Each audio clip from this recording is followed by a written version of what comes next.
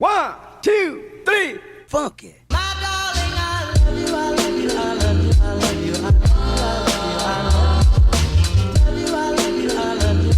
Bienvenue sur Exclusive, le podcast des cyber TDS.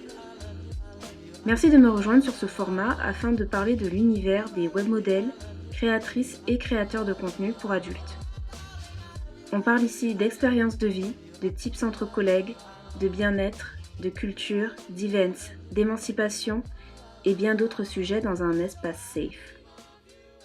Moi c'est Nélane, je suis camgirl depuis 6 ans et dans cet épisode, je rencontre Zoé Fauché qui est une personne engagée, pleine de discernement et bien décidée à insuffler de nouveaux projets communautaires autour du TDS virtuel.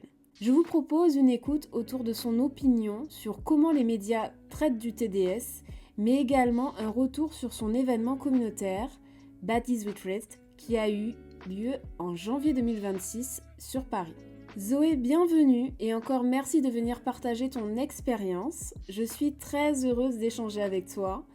Pour commencer, je vais te laisser présenter ton parcours dans les grandes lignes jusqu'à aujourd'hui. Je m'appelle Zoé, j'ai 26 ans, je vis à Aix et je voyage beaucoup à Paris. Et j'ai fait des études à Sciences Po Lille et après à l'école de journalisme de Lille, où j'ai eu un licence et puis un master 1. Et je suis travailleuse du sexe en ligne, ça va faire depuis décembre 2022, donc ça fait 3 ans et demi. Et en fait, j'aime beaucoup la casquette journaliste et travailleuse du sexe en ligne parce que, en fait, je trouve que c'est assez évident qu'il y a plein de trucs du TDS qui devraient inspirer plus les journalistes et vice-versa. Dans le rapport à trouver des sources, à parler avec quelqu'un, à creuser. Enfin, la curiosité que j'avais dans le journalisme, je l'ai aussi avec le travail du sexe quand je parle avec des clients, tu vois. Du coup, tu dis que tu es travailleuse du sexe en ligne. C'est dans quelle catégorie? Parce que c'est vaste le travail du sexe en ligne. Est-ce que tu peux préciser? Je suis travailleuse sur les plateformes, donc créatrice de contenu sur Mime exclusivement et sur Telegram. Enfin, pour faire la promo, maintenant, il faut la faire de partout, donc mais Telegram principalement et Instagram un petit peu. J'avoue que Twitter, pas du tout, parce que moi, mon Twitter, c'est que de l'actualité, du foot et des trucs politiques, donc c'est vraiment pas du tout le travail du sexe. Et je réfléchis de plus en plus à faire des productions porno parce que ça me tente et puis surtout parce que j'ai envie de voir comment je peux être guidée et si je peux aimer être guidée dans la sexualité, etc. Et ça m'intrigue beaucoup. Ok, du coup, ce serait toi en tant qu'actrice et pas en tant que productrice, c'est non, ça? Ouais, exactement, comme actrice. Du coup, est-ce que c'est ton activité principale? Alors, ça, c'est hyper drôle que tu m'interviewes maintenant. Parce que du coup, c'est la période des impôts et tout ça. Donc, c'est le moment où je dois faire un self-réflexion sur mon année. En effet, je pense que c'est mon activité principale et que la pige, c'est devenu un à côté. Alors que de base, ça devait être l'inverse, tu vois. Mais la pige, j'arrive pas du tout à en vendre assez. Donc, ouais, c'est plus le TDS, quoi. Et surtout que malheureusement, avant, je gagnais, je pense, jusqu'à 1200-1300 € par mois. Mais là, j'ai été bannie de Snapchat. Et Snapchat, c'était là où j'avais le plus de visio, de trucs. Donc, ça a vraiment coupé mes revenus, quoi. Donc, c'est un peu la galère, mais bon, ça... Ah merde, du coup, t'as trouvé une alternative à Snapchat? Pas vraiment, parce qu'en fait, les clients que j'avais sur Snap, ce qui était pratique, c'était qu'ils me payaient et après, on faisait la visio directement sur Snap et c'était dans l'instant, tu vois. Il y avait pas c'était pas galère. Alors que sur WhatsApp, ils disent que ça leur convient pas. Sur Instagram, c'est pas assez intime et du coup, c'est une galère. Sur Telegram, c'est pas pratique, tu vois. J'ai essayé de regarder la majeure partie des interviews que t'as fait. Et souvent dans ton intro, tu dis, enfin en tout cas ta phrase fétiche, c'est quand tu te présentes, je suis pigiste et TDS virtuel, je te laisse deviner avec lequel je gagne le plus. Oui. Pourquoi tu choisis de t'adresser à ton public de cette manière? En fait, moi, j'aime bien parler du travail du sexe sans que tout de suite ça soit lourd. Je trouve que quand on parle de ça, il y a toujours une espèce de chape de plomb ou de de gêne ou de malaise qui se crée avec l'interlocuteur parce que il fait ses propres projections sur ta situation, sur pourquoi t'en es arrivé là, blablabla. Et du coup, le dialogue, il est rompu. Enfin, genre, il est complètement différent. Du coup, quand j'essaye de faire cette question, c'est pour rester un peu sur le terrain de l'humour, pour que le dialogue, il change pas de ton directement, tu vois. Ok, ok. J'ai noté ça, je me suis dit, oh, c'est sa signature en fait. Bah, c'est un peu vrai, ouais. J'aime bien ça. En fait, ça dédramatise le truc et ça me permet de rester audible pour ensuite pouvoir parler de mes arguments, quoi. Tout à l'heure, tu expliquais que justement, cette année, avec la déclaration d'imposition, etc., tu étais en train de voir quelle était ton activité principale. Moi, ma question, c'est laquelle des deux professions tu as exercé en premier et comment, en fait, tu réussis à concilier ces deux métiers au quotidien? Parce que comme tu expliquais, ça fait depuis 3 ans que tu es TDS virtuelle. Je suppose qu'il y a eu une évolution même en termes de questionnement personnel, de comment tu arrives à concilier ton métier de journaliste et de TDS virtuel, quoi. Bah, du coup, le TDS virtuel, je l'ai commencé quand j'étais encore à l'école de journaliste. Donc, je le faisais après les cours, dans les week-ends. Puis, j'étais beaucoup moins assidue, tu vois. Je devais poster 2-3 fois par semaine et puis pas trop répondre. Et donc, voilà, j'étais pas vraiment dedans. En plus, j'allais pas forcément hyper bien. Donc, c'était juste pour le faire, mais pour pas trop m'y investir parce que j'étais en études, que voilà. Ma première pige que j'ai faite, donc c'était pour Gaze Magazine et c'était sur l'érotisme, c'était le numéro sur l'érotisme. Et donc, dans ce numéro, ça m'a offert l'occasion d'écrire un texte sur cette profession de travailleuse du sexe. Et donc, en fait, pour ma première pige, j'ai pu mêler les deux activités, en gros, de raconter ce que je faisais comme TDS et comment ça avait impacté mon désir sexuel et mon désir tout court. Et en fait, du coup, ça a été une bonne transition. Et après, pour la pige en général, comme là, j'en ai pas beaucoup. Les principales choses que je dois faire, c'est envoyer des mails, suivre l'actualité et rester active dans chercher des sujets, etc. Donc, c'est sur mon ordinateur, donc c'est sur Internet. Donc, de toute façon, je suis tout le temps connectée sur Internet et les réseaux sociaux. Donc, en fait, c'est dans le prolongement, tu vois, c'est ma charge de travail perso dans tous les cas. Et comme j'ai cet œil de journaliste, de toute façon, je regarde l'actualité constamment. Donc, en fait, ça s'emboîte bien l'un dans l'autre. Tu as dit lors d'un interview dans le podcast In Bed With, les journalistes ne savent pas parler de TDS, ils parlent de prostitution. Qu'est-ce que ça signifie cette phrase pour toi? Et c'est quoi ton analyse vis-à-vis de tes collègues journalistes par rapport au TDS? En fait, c'est hyper drôle parce que du coup, là, c'est revenu bien d'actualité avec le 13 avril et les 10 ans de la loi abolitionniste de 2016, où en gros, les seules occasions où les médias s'intéressent au travail du sexe et à la prostitution, c'est pour parler des faits divers sordides et pour parler de toutes les dérives qui sont à lutter contre, mais contre la prostitution des mineurs. J'ai jamais vu autant d'articles parler de prostitution que quand il s'agissait de parler de prostitution des mineurs. Parler aussi de la traite d'êtres humains et l'esclavage moderne de femmes qui sont forcées de se prostituer. Et c'est évident en fait qu'il faut en parler et c'est évident qu'il faut donner des sous aux associations qui aident ces femmes et qu'il faut donner toutes les capacités, répondre aux besoins des femmes et des mineurs qui sont dans ces réseaux criminels. Mais moi, ce que je reproche, c'est qu'ils dézooment pas le regard. En fait, ils se focalisent sur les dérives criminelles et ils ont raison d'en parler, mais ils font pas le tour du sujet parce que le travail du sexe, ça comprend la prostitution, ça comprend l'escorting, ça comprend la domination, le camgirl, les créatrices de contenu, les acteurs et actrices de porno. Et en fait, j'ai l'impression que tout ce pan-là, il est complètement oublié parce que si on s'intéressait à ce pan-là, ça voudrait dire que on reconnaissait que le travail du sexe, ça pouvait être vécu différemment et bien vécu et choisi par les personnes qui se lancent dans cette activité. Et du coup, ça viendrait un peu bousculer toutes les horloges et les convictions morales de chacun et chacune. Et ça, il n'y a pas beaucoup de médias qui sont prêts à faire le pas. Là, on avait fait une tribune pour parler des lois qui étaient en train d'être réfléchies pour lutter contre le proxénétisme en ligne. et qui venaient vraiment s'insérer à l'intérieur du métier de TDS en ligne pour dire ce qui était bien ou ce qui était pas bien. Et du coup, j'ai essayé d'envoyer la tribune à tous les médias que je connais grâce à mon expérience de pigiste. J'ai pas eu de réponse ou j'ai eu des réponses que négatives.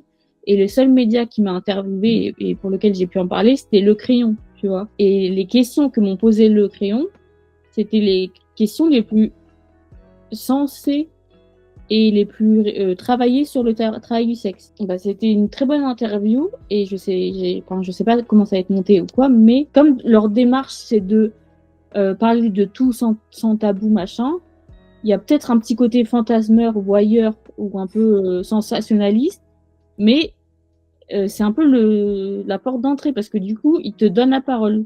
Après, toi, tu choisis de te parler de ce que tu vas dire. Et comme moi, j'ai la formation de journaliste, j'ai pu répondre très précisément à leurs questions. Donc voilà, c'est ça qui m'agace, c'est que le journalisme français n'arrive pas à voir toute la dimension politique, sociale et intergénérationnelle que secoue le travail du sexe. Parce que c'est là où on voit aussi des vraies fractures entre le féminisme blanc, abolitionniste, institutionnel et les mouvements plus intersectionnels, féministes et LGBT. Et puis même là, avec le Stras, où il y avait un rassemblement, il y avait des personnes de la CGT, tout ça, de solidaires qui étaient venus pour s'informer, pour parler. Donc tu vois que dans les mouvements sociaux, il y a des débuts de prise de conscience qu'il y a des liens qui existent. Parce que si tu recherches les personnes précaires qui se lancent vers le TDS, elles n'ont pas toujours des droits, elles n'ont pas toujours des papiers, des titres de séjour. Donc elles sont accompagnées aussi par des assos comme Utopia 56. Donc en fait, si tu leur donnes un statut et des droits, elles vont peut-être se tourner vers un autre métier. Donc en fait, tout est lié. Et j'ai l'impression qu'il y a peu de personnes qui, politiquement, journalistiquement, qui ont fait l'effort de voir ce lien, quoi. Est-ce que tu penses que c'est vraiment de la méconnaissance du sujet de la part des médias et aussi des politiques, hein, parce que bon, avec tout ce qu'on a vécu là jusqu'à présent, on peut se poser la question pour les politiques aussi, tu vois, ou est-ce que pour toi c'est une volonté de continuer à enfermer le TDS, alors je parle de manière globale du TDS, mais là en l'occurrence les lois qui ont été passées dernièrement c'est pour le virtuel.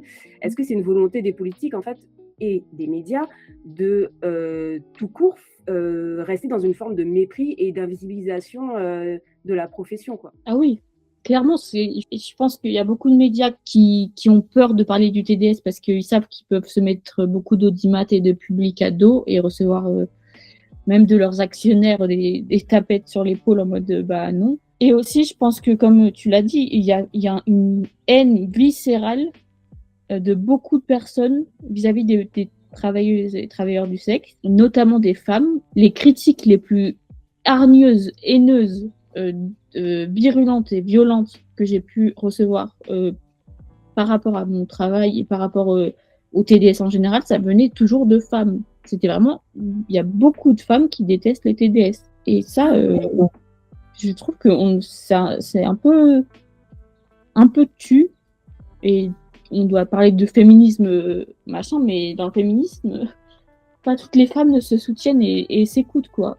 Et il y en a beaucoup qui détestent les TDS. Ouais, moi, j'aurais pensé que c'était kiff-kiff. J'aurais pensé que les hommes n'aiment pas les femmes. Ah, mais ça, oui. S'ils peuvent nous sexualiser et puis se faire plaisir, ils prendront toujours le...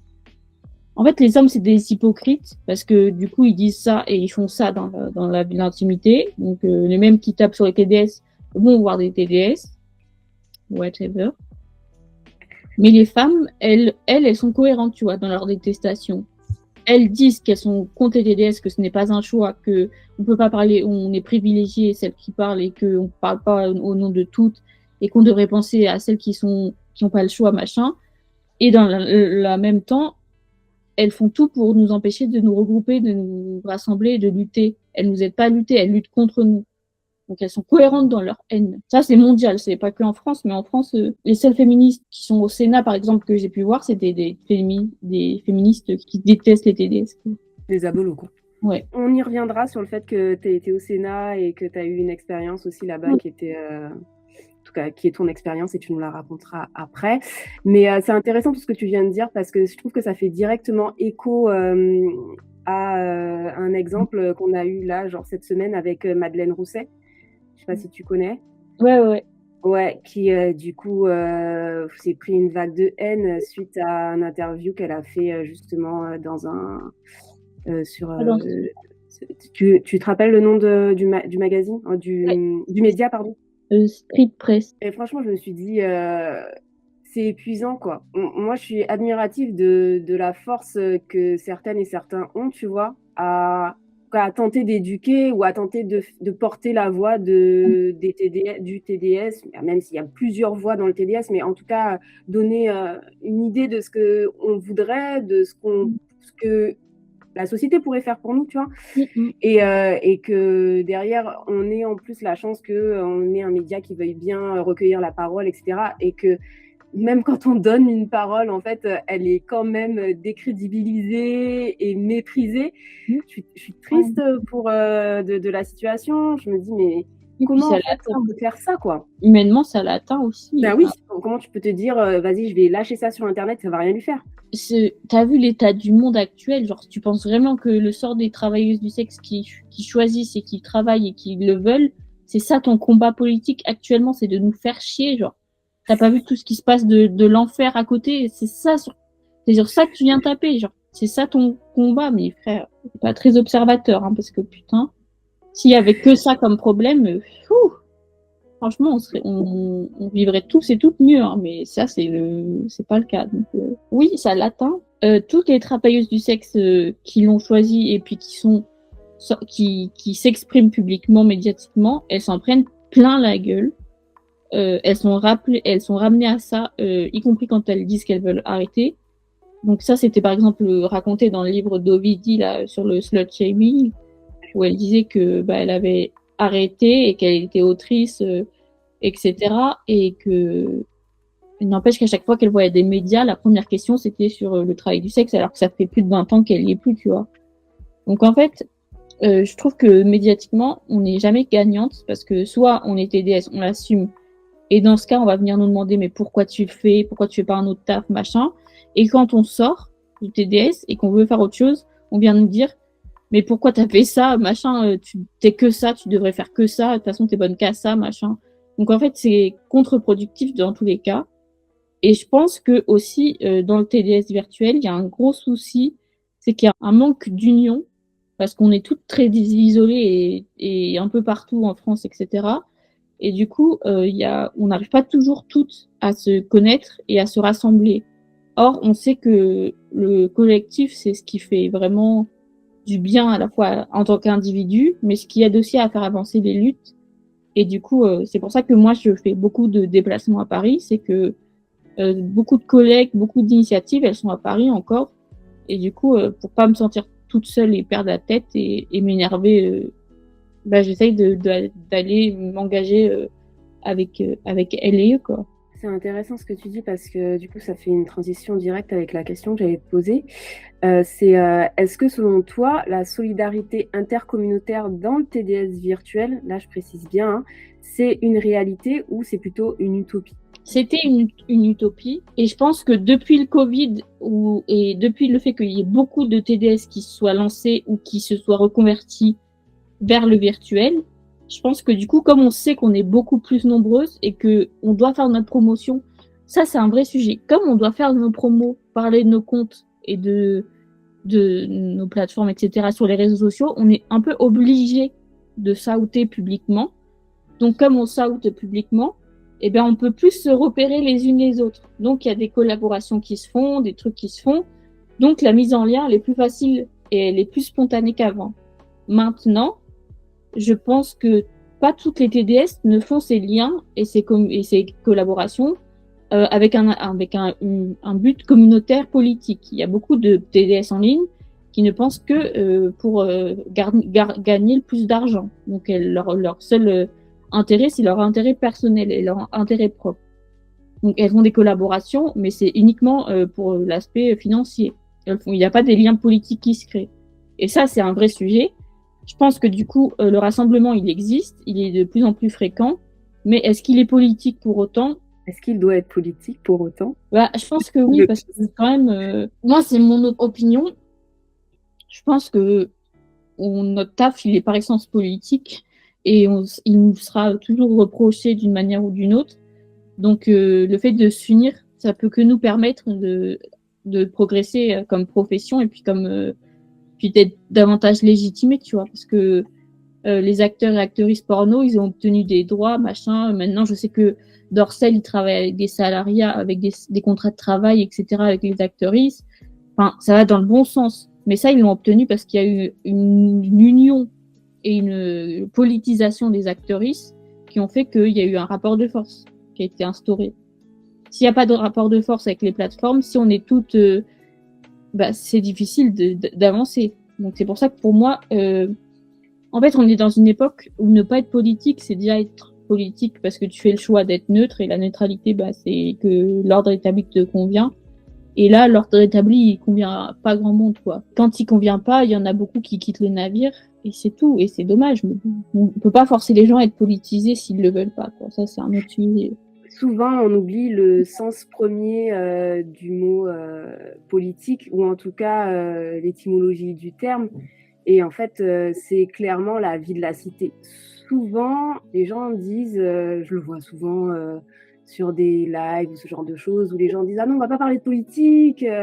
Sauf que, en fait, la politique, c'est à partir du moment où il y a quelque chose qui ne te convient plus dans la société, eh ben, ouais, t'es obligé de monter au créneau pour dire ça me convient pas. Et en fait, dans ma vie de tous les jours, j'ai besoin de me sentir bien pour pouvoir évoluer dans une société.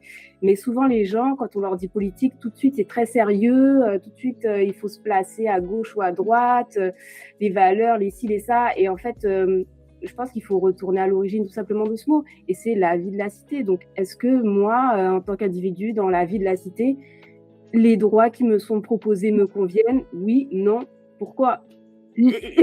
Ça doit être aussi simple que ça, quoi. Bah ouais. Et surtout, genre, l'été dernier, il y avait eu, tu sais, un acte au niveau du Parlement européen pour, la vérification d'identité sur les plateformes, etc. Ouais. Sur Twitter, blablabla. Et là, il y avait une mobilisation un peu générale de beaucoup des grosses TDS en ligne. Du coup, moi, j'avais fait partie, on avait toutes fait un selfie en vidéo en disant pourquoi cette loi c'était un problème, machin. Donc, en fait, la mobilisation, elle est possible. Il y en a qui choisissent de le faire, il y en a qui choisissent pas de le faire, il y en a qui choisissent leur sujet, il y en a qui se mobilisent à partir du moment où ça touche leur porte-monnaie, mais pas autrement. Donc, c'est un peu triste, mais il y a des degrés divers de politisation dans le TDS, comme partout dans la société. Sauf que comme notre métier est beaucoup plus instable et beaucoup moins protégé que les autres, si on n'est pas politisé, on est un peu... À partir du moment où il y a un changement d'algorithme, un changement de plateforme, un changement de loi, tu te retrouves sans rien, quoi. C'est toujours la même chose, mais les écarts de salaire entre TDS en ligne, c'est abyssal. Donc, tu vois? C'est le bon mot. C'est clair. Tu as créé un événement communautaire, pour le coup. Ça fait un peu lien avec la question que je t'ai posée avant, qui s'appelle Baddies Retreat, en janvier 2026. Moi, j'aimerais bien savoir comment... alors, il y a plein de choses qui me viennent en tête, mais on va essayer de hiérarchiser un petit peu les questions. C'est déjà comment t'es venue l'idée de faire un événement autour du TDS virtuel et pourquoi? Du coup, moi, je suis syndiquée au Stras et j'ai vu qu'il y avait beaucoup de les apériputes, etc., qui c'est une fois par mois pour permettre aux TDS de se retrouver entre elles. TDS principalement qui travaillent, qui rencontrent les clients. Et en fait, quand j'en avais parlé un petit peu, je m'étais rendu compte qu'il n'y avait pas grand-chose qui était proposé pour le TDS virtuel et que c'était une préoccupation, mais qui s'était pas encore vraiment pris par la main, quoi. Donc, je me suis dit, comme je connais beaucoup de structures à Paris, comme je viens beaucoup à Paris et que j'ai envie d'organiser quelque chose, je me suis dit pourquoi pas le faire. J'ai travaillé du coup avec une amie à moi qui est graphiste et puis qui m'a aidée pour la com. Et après, j'ai contacté l'hôtel où je vais tout le temps à Paris. C'est l'hôtel Paradisio où t'as les écrans de ciné dans la chambre. Enfin, c'est trop bien. Et du coup, ils ont accepté. En sachant que c'était pour des TDS, ils ont grave été cool et hyper... c'est un hôtel MK2 et tout ça, mais ils ont été vraiment hyper géniaux. Et du coup, j'ai fait ça. Et pendant le week-end, il y avait plusieurs ateliers Il y avait un atelier de prise de photos par une photographe que je connaissais qui était très fort. Il y avait un atelier pole dance, il y avait un atelier d'écriture, il y avait un atelier de relaxation burlesque. Et ça s'est hyper bien passé. Il y a eu à peu près 15 personnes qui ont fait tout le week-end. Et le samedi soir, il y a eu jusqu'à une trentaine de personnes qui sont venues. Et du coup, on s'est un peu tous et toutes mélangés. Et en fait, ça a été beaucoup d'organisations que j'ai gérées toute seule. Mais ça a débloqué plein de trucs chez plein de gens. Et ça a fait beaucoup de bien. Genre, je pense que ça a été un des moments où je me suis sentie le plus à ma place et le plus en cohérence et alignée avec moi-même. Parce que pour moi, le TDS, c'est l'occasion aussi de pouvoir être avec des personnes qui ont un peu la même facilité à parler de sexe, la même facilité à genre concevoir les relations hétéros, la même facilité à se sexualiser comme elles le veulent, comme elles le veulent. Et ça, c'est super important parce que le slut shaming, il continue encore à perdurer et très très fort. Et genre, moi, j'en suis victime depuis que j'ai 14-15 ans. J'en ai 26, donc au bout d'un moment, c'était un peu vital de faire des choses pour réunir des personnes un peu comme moi, tu vois. Et ça s'est vraiment bien passé. Pour la prochaine Badies Retreat en septembre, si tout est bon, il y aura Pornhub qui va participer. Donc ils vont intervenir pendant le week-end. Et c'est pour ça aussi que je veux proposer aux initiatives de TDS de prendre part à la retraite pour qu'en fait on crée des liens et puis que y a un vrai écosystème d'acteurs et actrices virtuelles qui émerge un peu en France, quoi, parce que on est un peu pas beaucoup là quand on parle de TDS en ligne, de porno, de plateforme et tout, le premier nom qui venait en tête c'était celui de Calamité. Bon, voilà. Et, tu vois. Donc là, comme elle a quitté le terrain, le rinté, bah, c'est pas plus mal. Et du coup, je pense que j'ai envie de retrouver un goût du collectif, chose qu'il n'y a plus trop quand on fait du TDS virtuel parce qu'on est très isolé. Donc c'était vraiment par envie de rompre nos isolements et se rassembler. Et en fait, ça a bien marché, quoi. Est-ce que la question de la légitimité s'est posée quand tu as commencé à réfléchir, à créer, à contacter les partenaires, les intervenants, etc. sur le projet Badies Retreat? Ah mais complètement. Complètement, parce que le TDS, c'est vraiment quelque chose où il n'y a pas de code, où il n'y a pas d'éducation, où il n'y a pas de... C'est très opaque. Donc, déjà que pour toi, trouver ta manière de travailler, trouver ce qui te plaît, trouver ce qui te convient, c'est dur.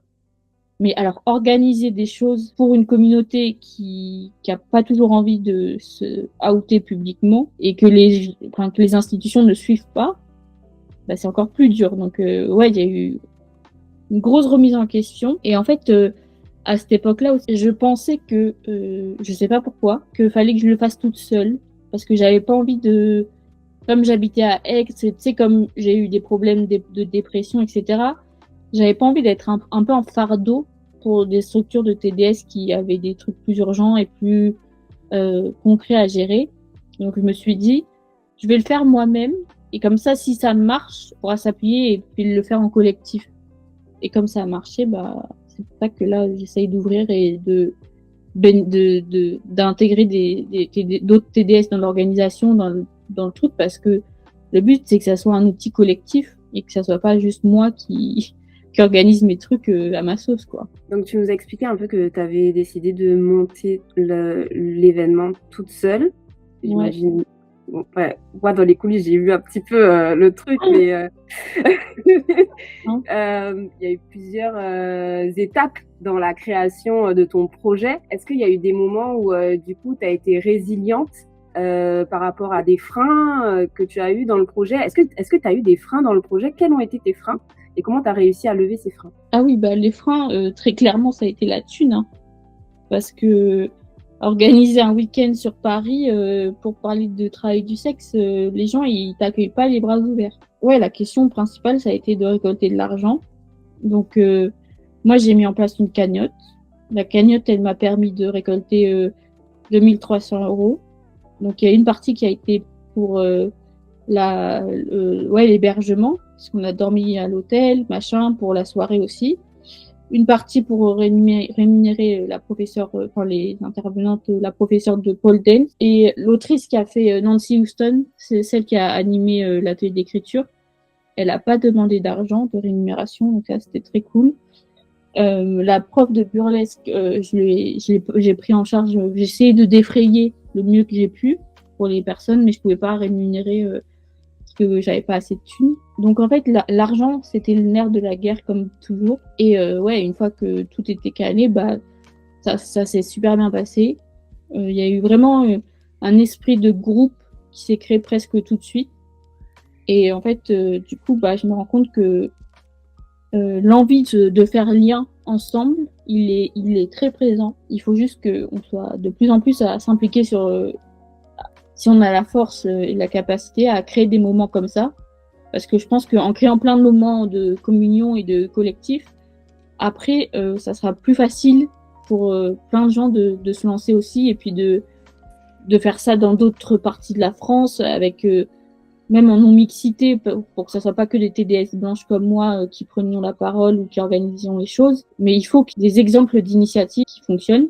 Pendant tout le week-end, on était une quinzaine de personnes à dormir sur place, machin. Et le samedi soir, la soirée qui était un peu plus ouverte, où tout le monde a pu venir partir machin, on devait être jusqu'à 30, 40. En termes de communication, par quel biais t'es passé? Alors moi, j'ai vu les posts un peu partout, mais ce serait intéressant que tu dises, en tout cas, qu'est-ce que tu as privilégié, toi, en tant que créatrice du projet? Tu as privilégié plus un réseau qu'un autre. Aussi, l'aspect un peu participatif, c'est-à-dire, est-ce que là, tu nous expliques que sur cette retraite, tu as préféré que ce soit toi qui gères tout de A à Z avec les facilités et les complexités que ça engendre, hein, mais que pour la deuxième retraite, il y aurait peut-être une autre forme d'organisation qui serait mise en place. Du coup, est-ce que ce serait plutôt un projet participatif pour la retraite 2? Pour la retraite 2, je pense que j'aimerais le faire plus avec des assos, tu vois. Genre qu'il y ait des assos qui s'emparent du projet aussi, qui l'organisent, qui s'impliquent ou pas, qui interviennent pendant le week-end ou pas. Et pour la première retraite, c'est vrai que j'ai fait beaucoup bombarder sur Instagram, parce que Instagram, c'est le réseau social qui centralise le plus de TDS facilement. Donc, c'était ça. Et après, j'ai aussi posté dans les groupes des groupes Telegram ou Discord ou de TDS en parlant de l'événement, etc. Et puis, comme c'est une communauté qui est quand même très resserrée, j'avoue que le bouche à oreille, il a aussi fonctionné, quoi. Il y a une question qui me vient par rapport aux personnes qui sont acceptées lors de tes événements. Est-ce que c'est ouvert à toutes les TDS et tous les TDS virtuels, peu importe leur passif dans la communauté? Alors, tu poses la bonne question. Déjà, très clairement, il y en a beaucoup qui m'ont contacté individuellement pour me dire que s'il y avait une certaine TDS qui était présente, elle ne viendrait pas. Donc, voilà. Mais à part ça, je me suis fiée aux demandes et aux messages qu'on m'a envoyés. Et il y avait juste cette personne-là qui cristallisait vraiment le rejet, quoi. C'était vraiment une personne. Donc, voilà. Ah ouais, ok. Ok. Est-ce que tu as eu l'occasion de contacter cette personne ou pas du tout? Je veux pas rentrer dans les détails, mais juste toi, dans ton processus, en fait, voilà. Ouais. J'essaie de comprendre. Elle m'a pas répondu sur ça. Je pense qu'elle a vu passer le truc. Oui, je crois qu'à un moment, elle m'avait dit si jamais elle pouvait passer, machin, mais c'était très, très vague. Et en fait, moi, elle avait organisé sur Lyon des after-work entre TDS. Et moi, je crois que j'avais été au deuxième. Et c'était un moment où j'étais pas du tout au courant de ce qui se passait avec elle. Vraiment, je connaissais rien du tout. C'était il y a genre 1 an et demi, 2 ans, je crois. Donc, j'étais pas du tout au courant. Et du coup, j'y étais. Et j'avais vu son appart, machin, tout. Et effectivement, j'avoue, c'est ce moment aussi qui m'a donné l'envie de faire une balise retreat. Parce que c'était la première fois que je me retrouvais avec d'autres TDS en ligne. Et ça a été vraiment... waouh, ça a fait bien. Et en fait, après, je me suis demandé, genre, donc 2 ans plus tard et tout ça, comment on fait pour que il y ait pas, enfin, à travers mes événements, comment faire pour ne pas réitérer le truc de starification, genre, ne pas redevenir une autre star qui organise des trucs et qui se fait mousser elle à travers ces événements.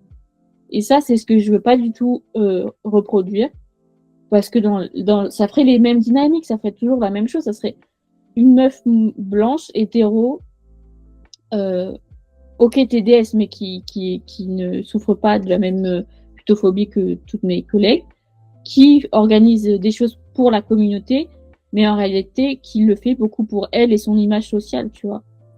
Et ça, c'est pour ça que je veux pas réitérer ça. Donc, c'est important que je m'allie et que je travaille avec des associations pour que toutes les TDS se sentent inclus et qu'elles aient toute l'impression que c'est leur moment et que c'est leur opportunité et que c'est leur initiative, que ça ne soit pas une TDS se fait mousser en organisant tel ou tel truc, tu vois. C'est délicat, hein, mais bon, c'est les questions que je me suis posées. Ah, mais je te rejoins. Enfin, c'est tout l'aspect délicat de quand on Ah travaille oui. dans le TDS virtuel. Hein. Moi, ça va faire 7 ans là cette année, tu vois. Et bon, je suis consciente de toutes les problématiques qu'il y a entre chacun et chacune. Mais j'avoue que j'ai tendance à regarder ce que je peux tirer de bon des mauvaises choses. Et c'est vrai que malgré tout l'aspect problématique qu'il y a autour de cette personne, sans la nommer bien sûr, il y a quand même ce truc il y a des choses qu'elle fait qui pourraient être reprises par la communauté et être améliorées et donner de la visibilité. Et en fait, pour moi, c'est des choses positives, tu vois, créer un espace de coworking. Alors, j'aime pas le mot coworking parce que bon, moi quand j'ai envie de rencontrer des collègues, c'est pas pour forcément me dire ok on va faire une collab ensemble et ça ressemblait à ça. C'était clairement ça. Hein.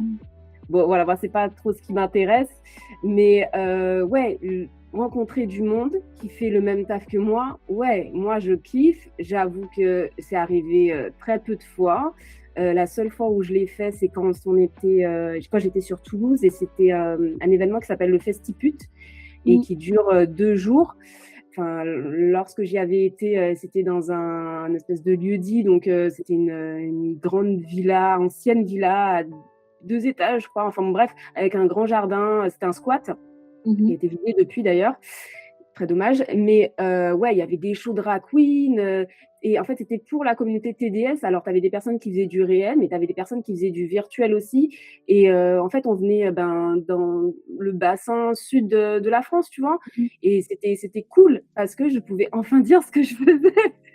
Sans devoir tout expliquer depuis le début et pourquoi. Et voilà, et sans devoir justifier pourquoi je le fais, sans devoir justifier les conditions de qui, qu'est-ce, pourquoi. Et c'était genre, ouais, genre c'est le seul moment où je me suis vraiment sentie à ma place. Et je pense que si on l'a pas vécu, on peut pas imaginer le bien que ça fait. En fait, c'est clair, genre, elle a fait des trucs qui peuvent littéralement sauver des vies, parce que ça peut sauver des vies, de rencontrer des collègues et de pas se sentir seule, et de savoir à qui demander de l'aide si un jour ça va pas. Et ça, c'est possible quand tu vois l'existence réelle d'une personne, quand tu connais intimement une personne. Et ça passe par la rencontre et les moments comme ça de convivialité, puis de création de liens. Donc ça, c'est hyper important. Mais en fait, du coup, ouais, la question de la starification et puis le fait que du coup, telle initiative va être liée à son nom, à elle, ça me gêne un peu plus parce que je pense que la rencontre, c'est des choses que faisaient les TDS depuis avant elle et le feront après elle. Et en fait, j'ai l'impression que du coup, elle s'est un peu improvisée, comme s'il y avait une hiérarchie et qu'elle était un peu au-dessus de la hiérarchie. Donc, elle proposait des formations, donc celle qui dit, tu vois, ça, c'est un truc un peu, un rapport de force qui me dérange beaucoup. Quoi. Je pense que ça, c'est un autre sujet. Le sujet formation, je pense qu'on pourrait parler pendant 1 heure dessus, parce que chacun a son opinion dessus. Mais je suis d'accord avec ce que tu dis. Je suis d'accord avec ce que tu dis que quand on est une star et qu'on s'approprie, Ah ouais. une star, hein, et qu'on s'approprie des causes, et c'est je pense que il y a quand même une remise en question à avoir et Ouais. aussi peut-être des personnes qui nous entourent et du reflet que les personnes nous Ouais. renvoient de nous-mêmes. Oui. Ce qui contribue souvent à la starification, c'est qu'on n'a pas des gens qui nous remettent en question, en Ouais, fait. de fou.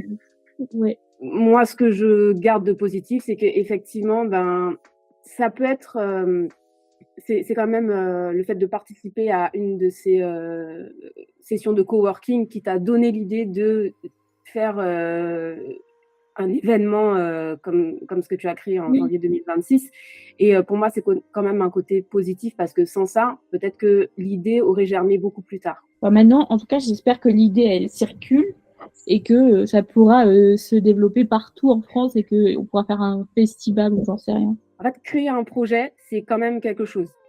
Tu vois, Oui. il y a une trame, il y a quelque enfin, quand tu voilà, il y a un schéma de Ah oui, oui, création de oui, oui. projet. Enfin, moi, dans mon métier, où j'étais, c'était mon travail de faire de la création de projet. Je Ouais. pense que toi aussi, dans ton métier de journaliste, tu as vu, comment on crée des projets et cetera et Oui. effectivement, on je pense que ça peut être compliqué quand on n'a pas les bases de s'improviser, pour créer, un Oui. événement, quoi. Oui. Donc peut-être un Ouais, c'est accompagnement ça, aux c'est ça. personnes qui ont ce souhait, ça peut être cool, quoi. Complètement. Je sais que tu as intervenu dans d'autres espaces avant et après l'événement Baddies Retreat. Oui. En août 2025, tu as fait l'événement Extra sur Marseille. Oui. On en a un petit peu parlé tout à l'heure. En décembre 2025, tu as eu une interview dans l'émission Lumière Rouge avec Mylène Juste. Ouais. En février 2026, tu es intervenu au Sénat. Et le même mois, tu as créé une conférence d'1 heure et demie avec différents intervenants sur la thématique comment le travail du sexe s'est renouvelé via Internet, les réseaux sociaux et le cinéma. Est-ce qu'il y a eu des retombées après ton événement et comment tu as vécu autant de visibilité dans la communauté et le champ politique? Je sais pas s'il y a eu des retombées. J'arrive pas à dire encore. Je pense que je les vois pas encore. Mais en tout cas, ce que ça m'a permis de voir et de quantifier, c'était que il y avait quand même une possibilité de parler avec les politiques sur le sujet du travail du sexe en ligne. Moi, j'ai rencontré la rapporteure du projet de la proposition de loi, qui a été sensible à mes arguments, genre elle me l'a dit, qui a enlevé la partie parce qu'à un moment ils avaient mis dans le texte criminaliser les échanges sexuels entre adultes via le, tu vois, genre en gros en Suède, les clients qui achètent et qui font une demande de contenu personnalisé en ligne, ils peuvent être genre enfin ils peuvent payer une amende et être criminalisés, tu vois. Et ça, dans la première version de la loi, il y avait cette idée de criminaliser ça. Et du coup, j'ai senti que la discussion avec la rapporteure avait été quand même été constructive. Genre, elle avait entendu mon truc en mode, je suis contre l'abolition, et là, ça serait carrément venir empiéter sur le travail des TDS, quoi. Donc, c'est non. Et donc, cette partie, elle a été retirée du projet de loi.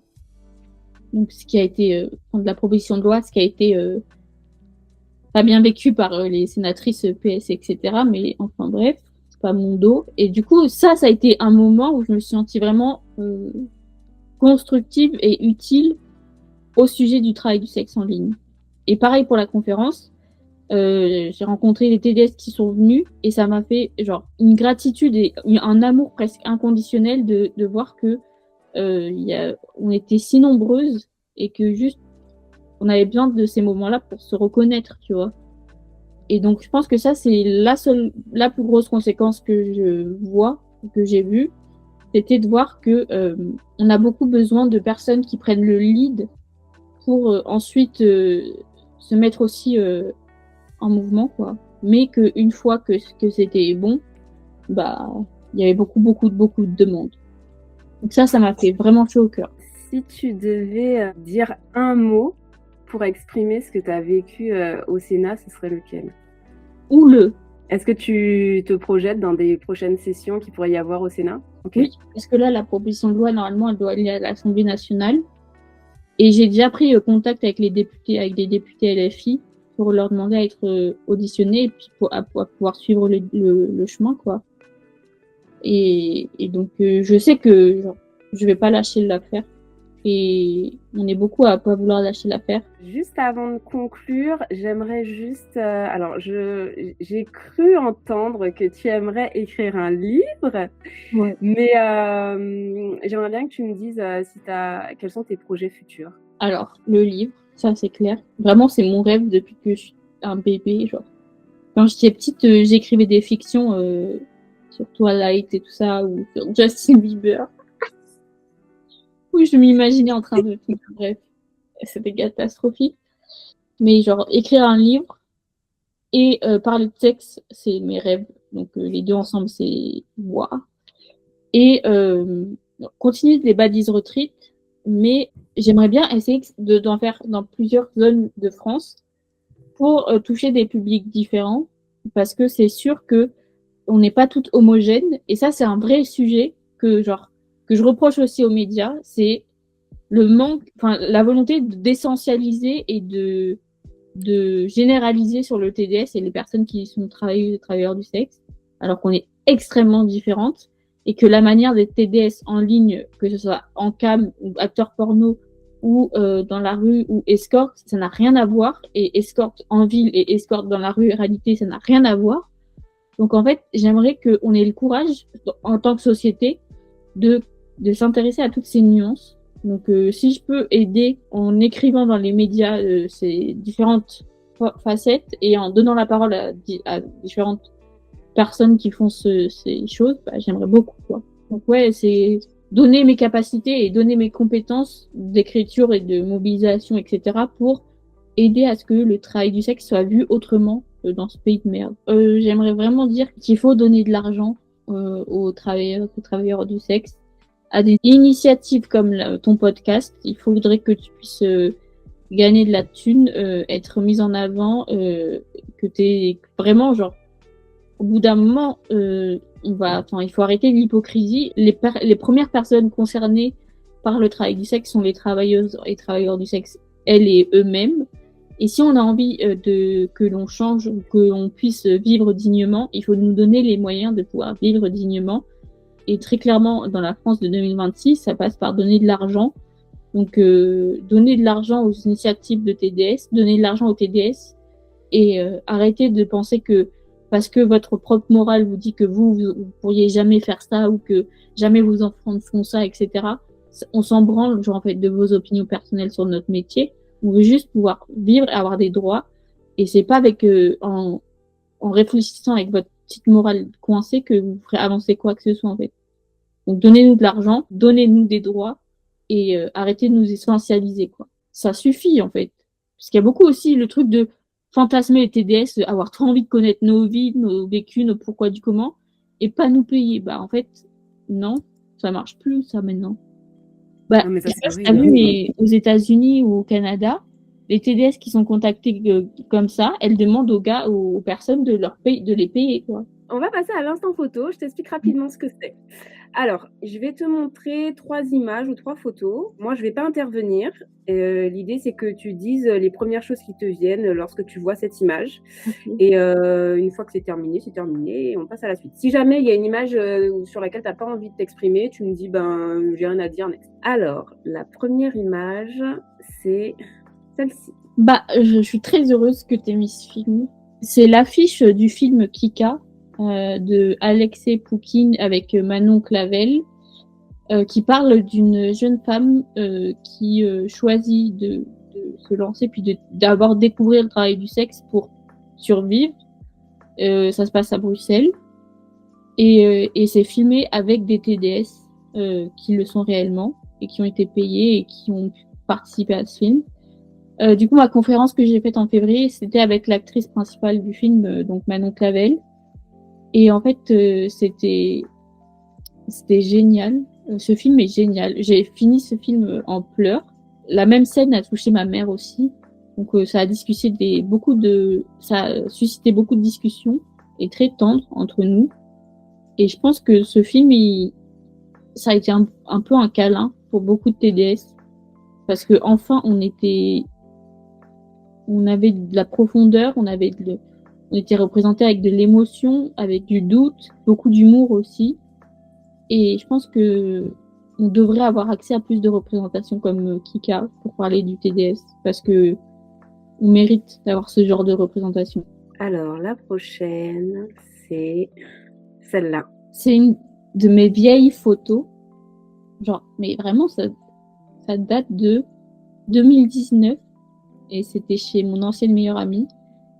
Et j'aime trop cette photo, parce que je crois que c'est une des fois où j'étais le plus heureuse dans ma vie. Et c'était juste avant le Covid, genre, un mois après, on était confinés, en 2020. Et en fait, je me rappelle qu'avec cette amie, j'avais toujours l'impression, parce qu'elle prenait des très belles photos, j'ai toujours eu, quand on faisait des shootings photos comme ça, elle m'a souvent prise en photo, dans des photos un peu sexy, tu vois. Donc là, ça va, mais on voit mes ins et tout ça. Et on en parlait beaucoup, et on en jouait beaucoup. Et en fait, c'est grâce à des photos ou des amis comme ça, qui m'ont prise libre et tout ça, que genre, j'ai trouvé que c'était, au lieu de mal vivre l'attraction et l'attrait que suscite une grosse poitrine, je pouvais la mettre en valeur. Et donc voilà. Et en fait, c'était après, avec cette meilleure amie, on s'est grave perdu de vue, puis on s'était engueulé parce que après le Covid, moi j'étais vraiment mal dans ma vie. Mais voilà, du coup, ça me fait penser à que des bons souvenirs. Alors, la dernière, c'est celle-ci. Donc, le mot fierté, déjà, je trouve que c'est un beau mot. Genre, je sais pas pourquoi, mais c'est un beau mot. C'est un truc qui revient tout le temps quand on parle de TDS. À chaque fois, moi, on me demande, est-ce que tes parents sont fiers de toi? Est-ce que ton gars est fier de toi? Parce qu'ils supposent tous que j'ai un mec, voilà. Est-ce que quelqu'un est fier de toi? Et genre, comme si les TDS ne pouvaient pas juste être fiers de nous, et ça suffit en fait. Il faudrait que quelqu'un ait son mot à dire sur notre métier, notre vie, notre corps. Le travail du sexe, ça m'a permis d'être fière de moi à un moment où j'ai cru que ça irait plus jamais, tu vois. Donc je suis fière d'avoir choisi ce métier. C'est pas tous les jours évident à assumer et à porter. Mais pour moi, c'est un mot que j'associe complètement avec mon métier. Et j'ai pas envie d'en avoir honte. Et les gens qui me donnent l'impression que je devrais en avoir honte, c'est des gens que je veux juste pas avoir dans ma vie, quoi.